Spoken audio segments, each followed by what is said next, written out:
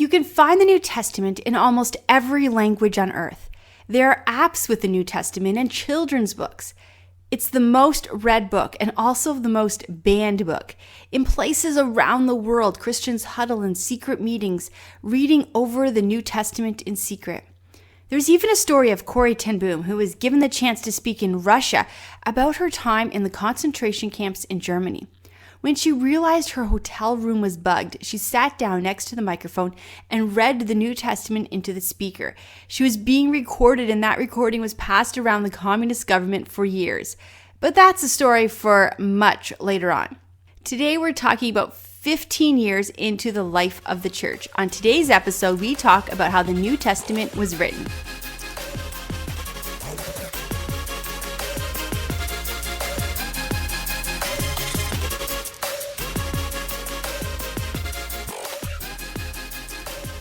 Right now, we are just 15 years into the life of the church. Already, the church has grown and spread around the Roman Empire and into Africa. But not even one book of the New Testament has been written. While today we look to the New Testament as our guide for the church, we have to remember two things. One, the very early church did not even have the New Testament. They found the gospel, the good news of Jesus Christ, woven throughout the Old Testament. Second, the history of what was happening while the New Testament was being written can change the way we view the New Testament. When we were starting in Jerusalem, Paul and Barnabas traveled together to Jerusalem to help the church that was there. As they traveled, they visited churches along the way, and the people in the churches give money to Paul and Barnabas to pass on to the church in Jerusalem.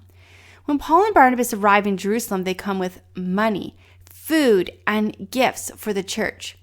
The church in Jerusalem is not hungry through the famine. During this time, people come up with a name for those people who are part of the church: Christians, or little Christs. It was probably meant to be an insult, but the name was accepted by the church, and Christians were proud of being little Christs, and they did their best to live up to the name. The year is 46. It's been 16 years since Jesus ascended into heaven. The church is spread out, but what is the church? How is the church supposed to live? James, the brother of Jesus Christ, has become a leader in the church movement. He's been a leader for about 2 years, and it's evident the church members need a how-to book for the life as a follower of Jesus. So James sits down and writes a book. The first book of the New Testament is written, the book of James.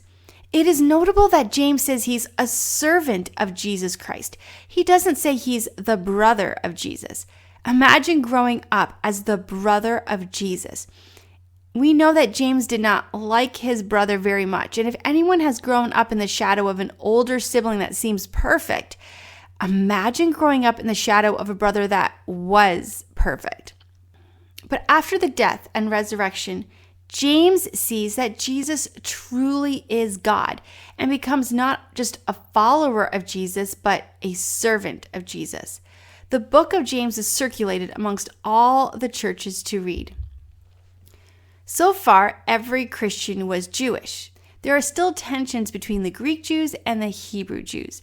Racial tensions were high at this point in history, not just amongst the Jewish community, which at this point all the Christians were part of, but also amongst the Romans. There were Romans who had heard about the God of the Jews and believed. They fell into two camps. Some converted to Judaism. There was a pretty big step with some serious commitment if you were a Gentile man converting. It meant you had to be circumcised. The second group was called God-fearing. They believed the God of the Jews, and they worshipped the God of the Jews, but they didn't convert, as in they hadn't been circumcised. One of these God-fearing Gentiles was named Cornelius. Cornelius lived in the city of Caesarea, and he was a Roman centurion. Not an easy job, especially in these hard times. Roman centurions oversaw crucifixions and whippings. Death was a constant part of the job. This would have been difficult for Cornelius, who believed in the God of the Jews. He prayed every day. He gave money to the poor whenever he could. He loved his family, and he wanted more than anything to please God. One day, as Cornelius was praying, an angel appeared to him. "Send men to Joppa, to the house of Simon the tanner, and ask for Simon Peter. Ask Simon Peter to come with him to Caesarea to speak to you." The angel left, and Cornelius immediately sent 2 of his servants to go on a very long 31-mile journey.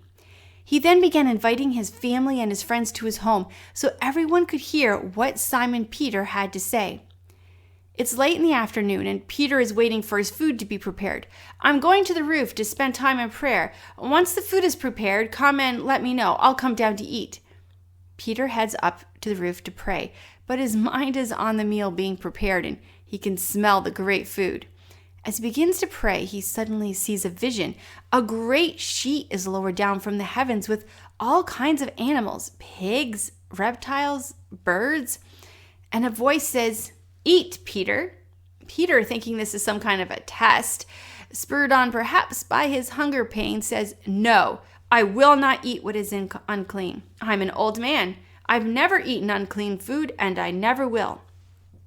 Pass the test. Except it wasn't a test. The voice says again, "Eat." Peter repeats his claim. Then the voice says, "What God has made clean, do not call unclean." This same thing happens 3 times. Peter is very confused.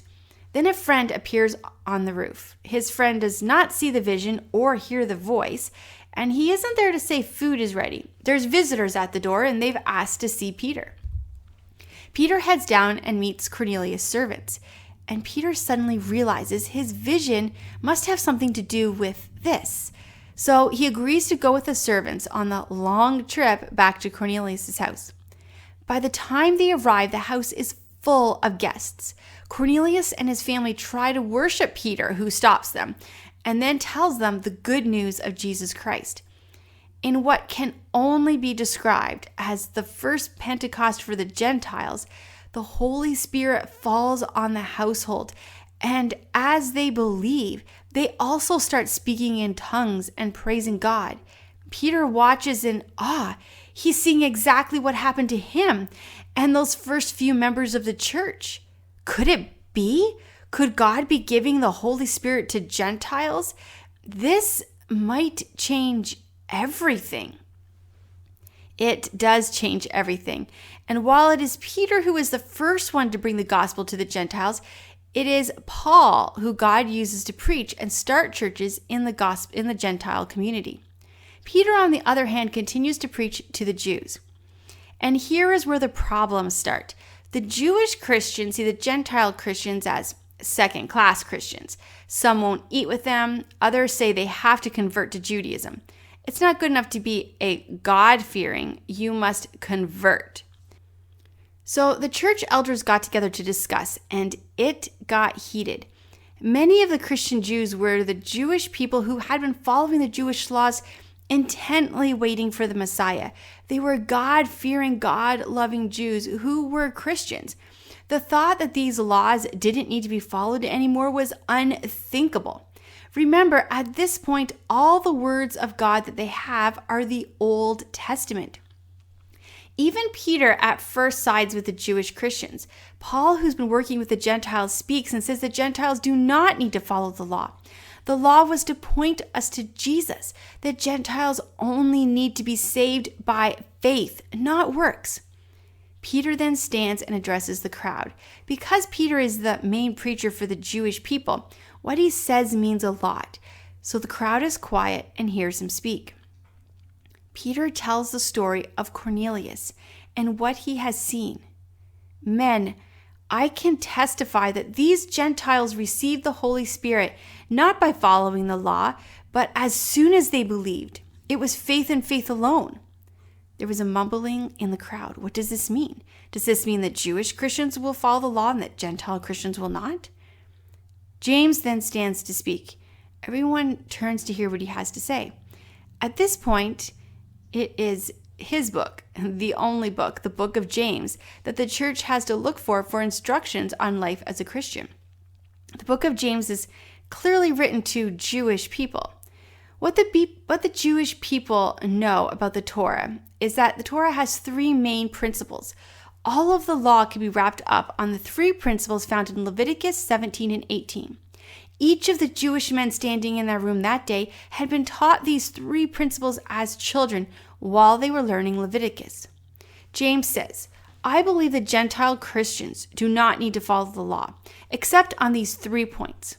They must not worship any other gods. They must not have any sexual perversions. And they must not eat any animal that is strangled. And so the council in Jerusalem, it is established that Gentile Christians will not be circumcised, and they will not have to convert to Judaism, but they will worship only one God, and they will have no sexual perversions, and they will not eat animals that have been strangled to death. I'm sure that was a relief to the Gentile Christian men who were in the meeting. 1 year later, Paul writes a letter, the first of many that will shape the world. Paul has started a church in Thessalonica, and he sent his young friend Timothy to visit the church and see how they're doing. Timothy returned with a very long list of questions that the church had. So Paul wrote a letter to answer all the questions. It's known today as 1 Thessalonians. But by the time his letter had reached the church to answer their questions, something else had happened. The church had started teaching false doctrine about the second coming of Christ. So a year after 1 Thessalonians was written, 2 Thessalonians was written. In the year 52, Paul hears that the church in Galatia was preaching that the Jewish law had to be followed for salvation, that it was both grace and the act of following the law that gave us salvation. So Paul wrote a letter to the Galatians. That same year, Paul started a church in Corinth. Acts chapter 8, verse 2 says, Then he met a Jew named Aquila, a native of Pontus, who had been recently come from Italy with his wife Priscilla, because Claudius had ordered all Jews to leave Rome. The year was 54. Claudius decided to kick all the Jewish people out of Rome. They had grown in number in Rome. They were forced to leave the city of Rome. This literally divided the church, separating the Jewish church and the Roman church, as the Jewish church members were forced to leave. That same year, a man named Nero came to power. He would go down in history as one of the most vile people to ever live. Nero had been adopted by his great-uncle Claudius, and that is how he became heir to the throne. Claudius died, and most historians believe Nero's mother had something to do with his death. His mother, Agrippa the Younger, wanted to rule, and having her younger son as a ruler made it possible for her to rule. Everything she told Nero to do, he did. He was the leader of Rome, and therefore the most powerful person in the world at the time. During this time, Nero, under the influence of his mother, made peace treaties. Then the Queen of Britain led an uprising against Rome. Nero's army crushed that. Now, Nero's main goal was actually to be an actor. He loved to sing and act and play instruments. He held grand parties and had theaters built. He also began promoting athletic games and even participated in the games. The year is 56. There is racial unrest, political unrest, sexual unrest. For people who say the book written 2,000 years ago can't be relevant today, haven't spent much time studying this time period in history. On top of all the fighting was the sexual tensions that we haven't talked about yet. According to historian Craig Turner, the practice of homosexuality in the Roman Empire had increased during the early years until the Romans accepted and adopted the love of boys. Only if the boy was a slave, the Romans eventually extended their tolerance of homosexual acts to adult men, and eventually both free and slave. Same-sex marriage, once unthinkable, was not far behind. According to another historian, Nero would often engage in homosexual acts with slave boys and free men. There was also sexual activities that took place in the parts of worship of other gods, and prostitution was rampant. It was in the middle of all of this that the church was trying to figure out how to live. At this time, Paul received a very discouraging letter from the family of Chloe. In this letter, he heard that the church in Corinth was fighting amongst themselves and they were embracing these sexual perversions. They were taking each other to court, and they were allowing people who participated in sexual perversions to stay in the church. There was also fights breaking out and church splits over who they were following. Shortly after this letter arrived, a second letter arrived from Stephanas with a question about how people in the church should act if they're not married and how marriage should work and what an actual church gathering is supposed to look like. So Paul wrote a letter to respond to both of these letters, and it became known as 1 Corinthians. The church did as Paul commanded. They disciplined the members of the church who were refusing to stop their sexual sin. But men began to try and convince the church that Paul was a fraud. They said he was walking in the flesh, that he was mean-spirited, that he was hurtful in how he handled other people, that he was defrauding others of money and sending letters to the churches as a way of controlling the church. They painted Paul as a power-hungry, rude man who was just in it for the money. So Paul wrote a second letter to address this. It became known as 2 Corinthians. Now the year is 59. Nero has killed his mother. He would continue the rest of his reign as a psychotic dictator. A year later, Paul is arrested and put into house arrest in Jerusalem. In 62, from prison, Paul writes a letter to the church in Philippi. In this letter, he talks about joy, how happy he is even in prison. He has so much joy. This letter is circulated amongst all the churches and brings great encouragement. That same year, Paul writes a letter to the Colossians. In this letter, he reminds them that Jesus is the head of the church. No man is the head, only Jesus Christ, and that we are the body of Jesus Christ. While in prison, Paul meets a prisoner named Onesimus. Now, Onesimus was a runaway slave who had also stolen from his master. Paul shares the good news of Jesus, and Onesimus becomes a Christian. Now he knows as a Christian he must return what is owed to his master. As Paul is talking to him, he realizes that he knows his master and that his master is a Christian. His name is Philemon. Now, before we go any farther, we need to make sure we have an accurate picture of slavery at this time. When we hear the word slave today, we immediately think of the slave trade and how the black people were taken as slaves to the West and forced into slavery and how they were owned by people. This is not what we're talking about during this time period, although some of that type of slavery did exist at this time as well. What we're most likely talking about in this situation is a slavery that would happen when you owed somebody money and you were unable to repay it. You would become a slave to that person until your debt was paid off. And according to Jewish law, that could not be more than 7 years. So more than likely, this man, Onesimus, owed Philemon money, couldn't repay it, and became a slave. But instead of working to pay off his debt, he ran away and in the meantime stole something from Philemon. So when Paul writes this letter to Philemon and asks him to forgive Onesimus and to treat him as a brother in Christ, it's not about saying that slavery is okay. We have to understand that. We're going to talk more about slavery in some future episodes coming later. Paul, sitting in prison, wrote a letter that was to be circulated amongst all the churches in Asia, which is the part of the world that today we call Turkey. This letter would go first to the church in Ephesus. This was the center of his evangelism in the area of Turkey. Ephesus was the capital of the Roman provinces. All the other provinces came to Ephesus to trade. This made Ephesus the perfect place to send a letter that was to be circulated to all the churches in that area. In the center of Ephesus was the famous temple to the goddess Diana.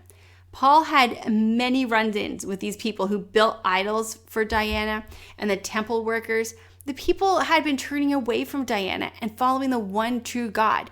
The temple workers and the idol makers had lost a lot of revenue. The Jews in Ephesus had not become Christians, or at least not very many had. However, so many Gentiles had converted to Christianity. Paul had lived and worked in this church for 3 years. In this letter, Paul explains the central teachings of the gospel and salvation. He also explained how the church needs to function as a family, each one doing the gift God has given him. At this time, Barnabas' cousin wrote a book called The Gospel According to Mark. Mark worked for Peter as an interpreter, and as he traveled with Peter, he began to write down the stories he told about his time with Jesus. Mark was his Roman name. His Jewish name was John. He's actually a character in the gospel. When Jesus is arrested and all the disciples flee, we hear briefly of a young man wearing cloth at Jesus' trial. Most people believe this was John Mark. John Mark had traveled with Paul and Peter and knew them very well. At the beginning of the Christian faith, he was very arrogant. He saw himself as important and perhaps even more important than the others, and definitely too dignified for some aspects of missionary life. Because of this, Paul had refused to allow him to travel on the mission trips with him anymore. And in fact, the argument over John Mark had made Paul and Barnabas even have a fight. However, as Mark grew as a Christian, he also grew to be more humble. And by this point, Paul saw Mark as someone who was very much a benefit to God's work. Mark wrote the story of Jesus and showed how Jesus was a servant. In the Gospel of Mark, we see how Jesus is a servant, how he calls his followers to be servants. And we can see how this particular part of the Gospel had impacted Mark's life and humbled him. Around this same time, a doctor named Luke was living in Philippi. He'd become a Christian through the teachings of Paul. Luke put all these stories of Jesus that he heard into a book called The Gospel, and it is known today as the Gospel according to Luke. Sometimes we shorten it to just simply Luke. In Luke, we read the story of Jesus and the humbling aspects of how Jesus, who is God, humbled himself to be a man. Because of Luke's knowledge as a physician, he writes the miracles of Jesus in a very compelling way. The crucifixion and resurrection story is also very compelling, as Luke had knowledge of how the body reacted to what death was like during the crucifixion. Shortly after the Gospel according to Luke is circulated, Paul is released from prison and writes a letter to his friend Timothy. In this letter, Paul talks more about how to act when we're in the house of God. At this point, it's been 32 years since Jesus' ascension. So there are men and women in their early 30s who were born inside the church, and Timothy is one of these men, raised by a Christian mother and grandmother. In the letter to Timothy, Paul writes about how to treat and educate this generation, the first generation born inside the church. The church was growing and spreading, and then came the year 64 AD. In the slum area of the South District on Palestine Hill, a fire is started. The houses were built close together and made of material that easily burned. Almost immediately, the fire spread to the entire slum. Soon the wind picked up and the fire spread quickly. All across Rome, the fire devoured home after home. 3 districts were completely burned to the ground, and 10 of the 14 districts were gutted. Hundreds of people were killed, their bodies never found. Thousands were left with no homes. There's a legend that says Nero played his fiddle while the fire burned. This is actually false. The fiddle had not been invented at this point in history, and most historians believe Nero was actually about 35 miles away at the time of the fire.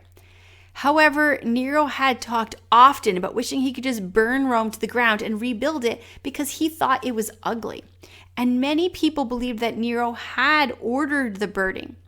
This is a mystery the historians do not know the answer to. Was it simply a house that caught fire during a windstorm, or did Nero actually call for it to be burned? The people at the time were angry, and Nero could see the anger was pointed at him. He wanted the anger to be put on someone else, so he publicly blamed the Christian. The area where a lot of Christians lived was one of the 4 areas that was not destroyed or hardly even touched by the fire. So people were quick to accept that the Christians must have started the fire. Nero, who loved theater, built a park with a stage as one of his first building projects. His plays were reenactments of Roman legends. However, he began using Christians as his props. Vatican Hill was the place of this park and theater.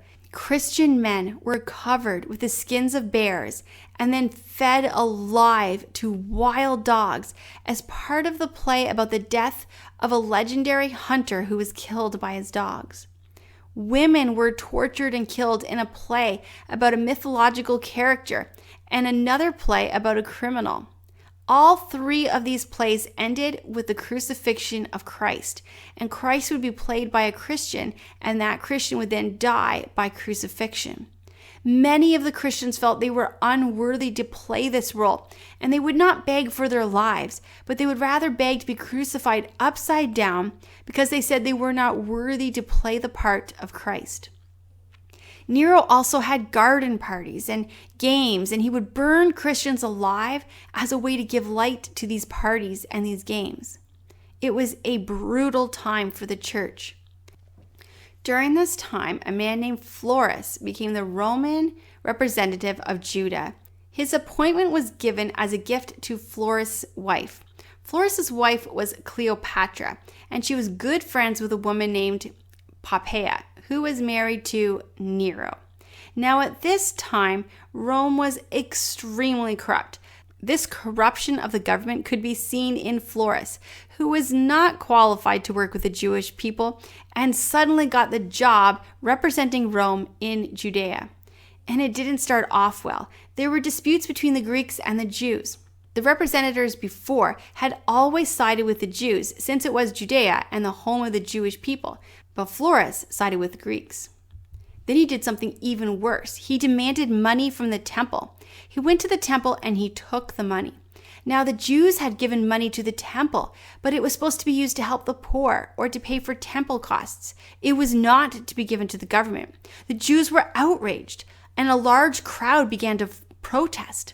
Florus sent soldiers into the crowd and arrested every single protester and had them publicly crucified. The streets were lined with crosses, men screaming, the smell of blood, people hiding in their homes. The high priest was inside the temple. The men dying painfully and publicly on the streets were men who were standing up for the temple. He had to do something. All people living under Roman control had to, by law, worship the empire. Now, the Jews had gotten a pass as long as they promised to do 2 sacrifices a day in the temple in honor of the empire. The high priest makes a declaration. The priest will no longer sacrifice in honor of the empire. Florus sees this as an outright attack and is flown into an even larger fit of rage. 60,000 soldiers are sent to Jerusalem, but the zealots are waiting for them. In what can only be compared to the Maccabees fight, the Jewish zealots fight and kill 5,000 soldiers and are able to capture and take all of their supplies. Other soldiers then surrender to the zealots, who promise them a safe passage. But once the supplies have been taken, the zealots turn on the soldiers and kill them, even though they are unarmed at this point. A Jewish government is then set up to rule over Jerusalem. Josephus is put in charge. At this point, Nero realizes Florus has lost all control of the situation and sends in a man named Vespasian and his son Titus to deal with the problem. They fight and the revolutionary government surrenders. Josephus is taken captive, but he's not killed. He ends up working for the Roman government as a historian, and his writings are what we are using today to know what happened during this time period. The year is now AD 67, and Paul is imprisoned again. Around this time, Luke writes a part 2 to his book, The Gospel According to Luke. He writes this book showing how the church is spread, and he calls it the Acts of the Apostles. We know it as Acts. And the book ends with Paul in prison. Paul understood he would die soon. Rome was killing Christians, and as soon as he was arrested, he knew he would be killed. His mind went to his friend Timothy. Paul had left Timothy in charge of the church in Ephesus. This was the largest and most important church because it was the capital and the trade hub.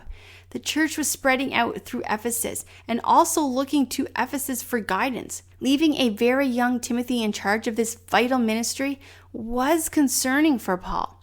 He wrote a letter of encouragement and a reminder to hold fast to his faith. Because it was the second letter Paul wrote to Timothy, We know it as 2 Timothy.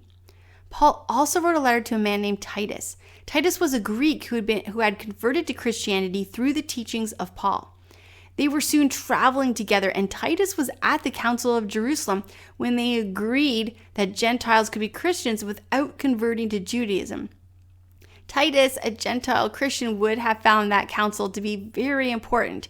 Thankfully, it ended with him not having to be circumcised. Paul wrote a letter to Titus.